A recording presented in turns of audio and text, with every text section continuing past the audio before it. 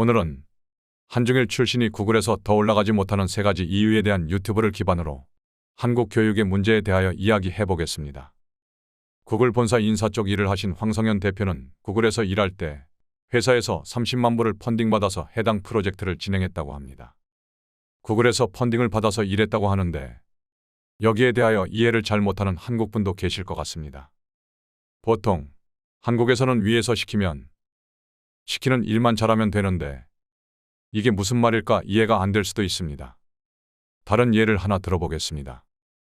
싱가포르 국립대에서 공부할 때 창업자 클럽을 만들었는데 그때 그 계획을 MBA 오피스에 설명하니까 학교에서 세미나 장소와 회식비 등을 지원해 주었습니다. 그와 마찬가지로 좋은 아이디어가 있을 때 구글 같은 회사에 요청을 하면 회사에서 평가하여 가치 있는 일이면 지원을 해줍니다. 이 영상에서는 황성현 대표는 한중일 출신이 구글에서 탑으로 올라가지 못하는 이유를 3가지로 설명하고 있습니다. 첫 번째 이유는 권위에 대한 복종입니다. 이 이유를 설명하면서 황 대표는 한국인은 내가 나를 생각하는 것보다 남이 나를 생각하는 것을 먼저 생각해서 그렇다고 합니다. 여기서는 조금 다르게 설명해 보도록 하겠습니다. 한국인들의 문제는 틀을 깨서 생각하지 못하기 때문이라고 생각합니다. 어떤 규정이 있으면 그 규정을 넘어선 생각을 하지 못한다는 것입니다.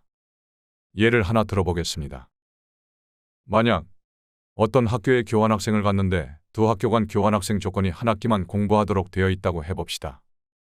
그러면 그 학생은 반드시 한 학기만 교환학생을 할 수 있는 것일까요? 제가 위스콘신에서 경험한 것은 그러한 규정도 협의를 통해 조정이 될 수 있다는 것입니다. 아시아권 문화는 이러한 규정이나 틀을 잘 깨지 못하는 특징이 있습니다. 하지만 뉴턴, 아인슈타인 등 많은 서양의 인재들은 기존 사고의 틀을 깨고서 새로운 지식을 만들었습니다.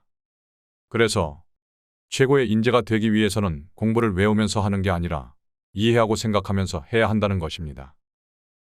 두 번째로 지적하는 것이 관계 형성의 문제라는 것입니다. 한국 사람들은 한국 사람들이 친절하다고 생각하지만 실상은 그렇지 않습니다. 남에게 잘 웃지도 않고 인사도 하지 않습니다. 서양 사람들의 눈에는 한국 사람들이 관계 형성을 하는데 서툴다고 느낀다고 합니다.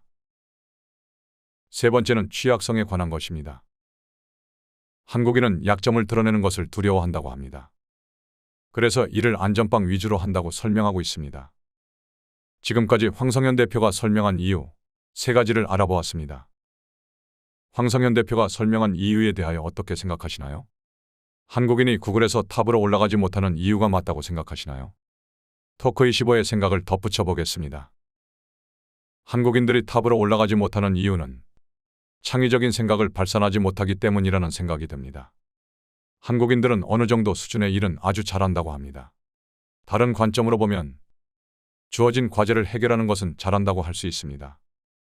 하지만 세계 최첨단에 서 있는 회사는 주어진 문제를 푸는 것이 탑급 리더들이 해야 할 과제라고 생각할까요? 구글에서는 인류 영생에 대한 것도 연구하고 있고 미래 기술 변화에 대하여 항상 고민하고 있습니다. 거기에 대한 정답이란 있을 수가 없습니다.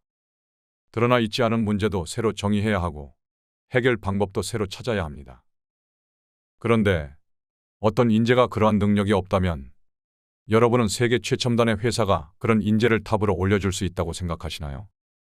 그런 인재 앞에 놓여 있는 문제는 사지선다형의 문제가 아닙니다. 문제 자체도 블랭크가 되어 있는, 문제도 모르고 해결책도 모르는 그런 것입니다. 오늘 영상과 함께 한국 교육이 세계 최첨단의 인재를 키우고 있는지 같이 생각해 보았으면 좋겠습니다. 끝까지 들어주셔서 감사합니다. 항상 행복하시고요.